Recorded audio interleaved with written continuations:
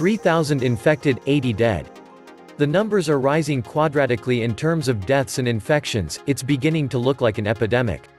Professor Gabriele Liang of Hong Kong University has estimated that there are already 44,000 cases in Wuhan. A number consistent with the all-estimated 50,000 beds being occupied. 52 million in quarantine and basically a shutdown of China's major holiday, make me think the numbers don't match the extraordinary actions being taken. Shut down the economy, seal off cities, risk a national and global financial crash to save the old and the sick in communist China. This virus is nothing ordinary, and I suspect it's a military-grade weaponized virus. Epidemiologists are suggesting the virus in US is fourth generation. The fact that international borders remain open at this time, while China has closed the Wuhan city borders, is suspicious.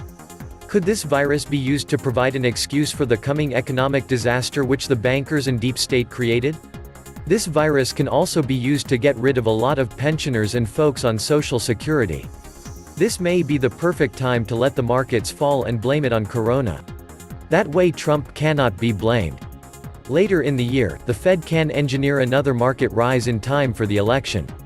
This should work in a country that has the 15-minute attention span and memory of a 4-year-old. Nothing to see here. Just the flu. But the Chinese risk crashing their economy, whose creation has been job number one for over 30 years. It doesn't quite add up. Now things are getting interesting. When the Chinese put off the opportunity to make money, you know something's going on. And not one single mention in the press that this could be an escaped bioweapon stolen from Canada. As CBC reported that a Chinese bio-researcher, and her husband, who were working with this virus in the Canadian Level 4 bio lab, were escorted out of the lab country and deported back to China last July. The virus suddenly appears in Wuhan, where the Chinese couple continued their work as Wuhan gets its Level 4 bio lab. Then the communist government seals of entire cities and shuts down the freaking economy. It's not the money printing, demographics, etc. that will be bringing down the world economy this time. It's the Wu-Tang flu. Not a world war this time. We'll use a flu pandemic as cover. Welcome to the Atlantis Report. The Wuhan coronavirus is a novel virus. No one has any immunity to it, so everybody is vulnerable to it. It appears to be airborne, no matter what WHO is saying, it appears to be highly communicable. There is a long incubation period of up to 14 days, with the average being about 10.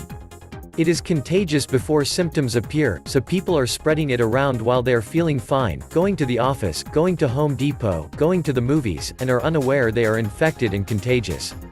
Then they get sick and within a few days get much sicker, become frightened and go to the emergency room, masses of them at the same time. Health and emergency services go first, followed closely by everything else.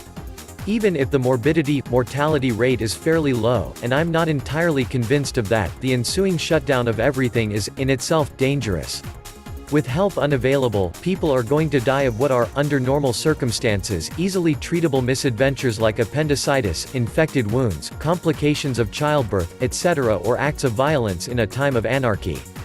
There are only about 3 days' worth of food at any one time, in any city, and the shelves in stores are going to be bare. Clean, potable water might become a problem. The power grid could go down. Do you see what I'm getting at here? It wouldn't hurt to have at least a few weeks of emergency supplies on hand. And what makes this disease so difficult for me to evaluate is that I do not trust the official numbers coming out of China. The CCP sees this as a political dilemma and not a healthcare issue.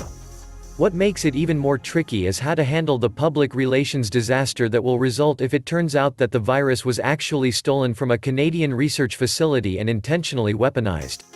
They will lie to save face. They will lie to retina control of the population. Basically, the Chinese government is not trustworthy in this situation, and it is not unreasonable to assume the worst case with this disease. The perfect virus was ready for some time. It spreads very well. It is lethal at the right point because if it is too lethal, it stops spreading. The paranoia with Iran has ended, and they are now ready to carry out mass extermination. I don't see how it can be stopped. Indeed, in the general chaos other viruses will spread, it's the end.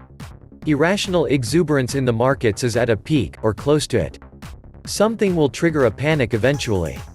It might be this flu outbreak, if not, a torpedoed tanker in the Strait of Hormuz, terrorists blowing up a building, Deutsche Bank going belly up, a politician getting assassinated, Greta Thunberg losing her virginity, something. It won't take much to start the repricing of risk assets to the downside. The black swan appears. They, the 1%, the Illuminati, whatever you want to call them, will not admit the truth until we, the little people, are all in danger of becoming infected. If it gets really bad, they will bail for New Zealand or fall back estates and gated communities closer to home. China is indeed in a grave situation, like she says. They stole viruses, possibly this virus, and worked on weaponizing them in Wuhan. Maybe accidental release because the facility is Chinese-made, Chinese-controlled. The following story was published by CBC.ca on July 14, 2019. Dr. Shangguo Chu, her husband, Keding Cheng, and an unknown number of her students from China were removed from Canada's only Level 4 lab on July 5, CBC News has learned. A Level 4 virology facility is a lab equipped to work with the most serious and deadly human and animal diseases. That makes this lab one of only a handful in North America capable of handling pathogens requiring the highest level of containment, such as Ebola. The top researcher got removed with her staff. When I heard that story during the summer, I was like, huh? Such a high-profile case of espionage? Barely a mention anywhere. Worked with the most sensitive of materials and traveled to Wuhan at least 5 times. There is no doubt that these events are related. That's what the fuss is about. That's why World Health Organization and all are downplaying this because, as people, why are we allowing this dangerous crap to be researched in the first place? I thought the Geneva Convention had taken care of this after World War I and the mustard gas shellings. So researcher with ties to China which was recently escorted out of the National Microbiology Lab, NML in Winnipeg amid an RCMP investigation into what's being described as a possible policy breach. Security access for the couple and the Chinese students was revoked. Sources say this comes several months after IT specialists for the NML entered Chu's office after hours and replaced her computer. Her regular trips to China also started being denied. At meetings on July 8, NML staff were told the researchers are on leave for an unknown period of time. They were told not to communicate with them.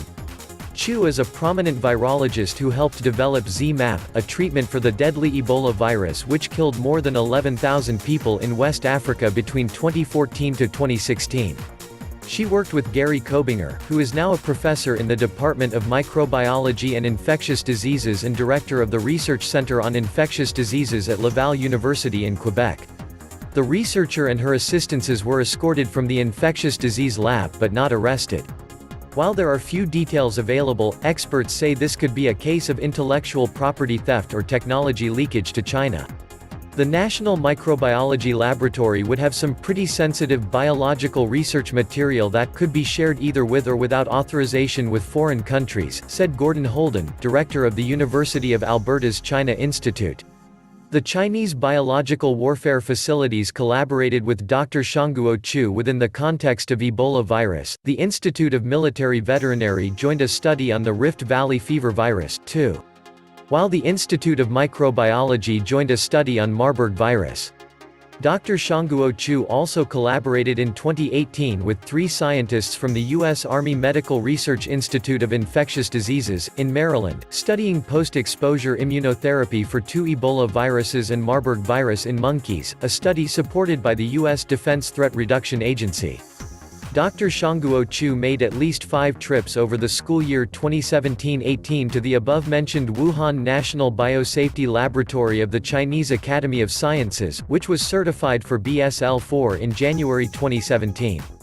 Moreover, in August 2017, the National Health Commission of China approved research activities involving Ebola, Nipah, and Crimean Congo hemorrhagic fever viruses at the Wuhan facility. It seems the Chinese got reckless with the virus and released it on the people of Wuhan. However, I got suspicious of the timing of this. I suspect the Chinese fell into a trap which was set up by the deep state with Bill Gates as the facilitator. This could be an intentional bioweapons release. Bill and Melinda Gates Foundation and others predicted up to 65 million deaths via coronavirus, in simulation ran 3 months ago. The UK, too, seems to have taken the lead on creating and generating the disease coronavirus. Serco Patent Office in the UK approved it November 20, 2018, filed back on July 23, 2015, and the assignee on patent Pirbright Institute. This assignee of this patent was the government-funded Pirbright Institute out of the UK. This could also be a bioweapon that was released by the Pentagon on China. Since 2017, the Pentagon has been known to operate biological laboratories around the world that are located on the borders of Russia, China, and Iran. Therefore, at least it cannot be excluded that the United States released the Chinese Archanemia virus in order to test its deadly virus on humans or even simply to want to kill large numbers of people. In recent years, the United States has established itself as the #1 mass murderer, who created entire terrorist militias such as Al-Qaeda or ISIS across borders, before rushing to help as a rescuer from terrorism as a global police force.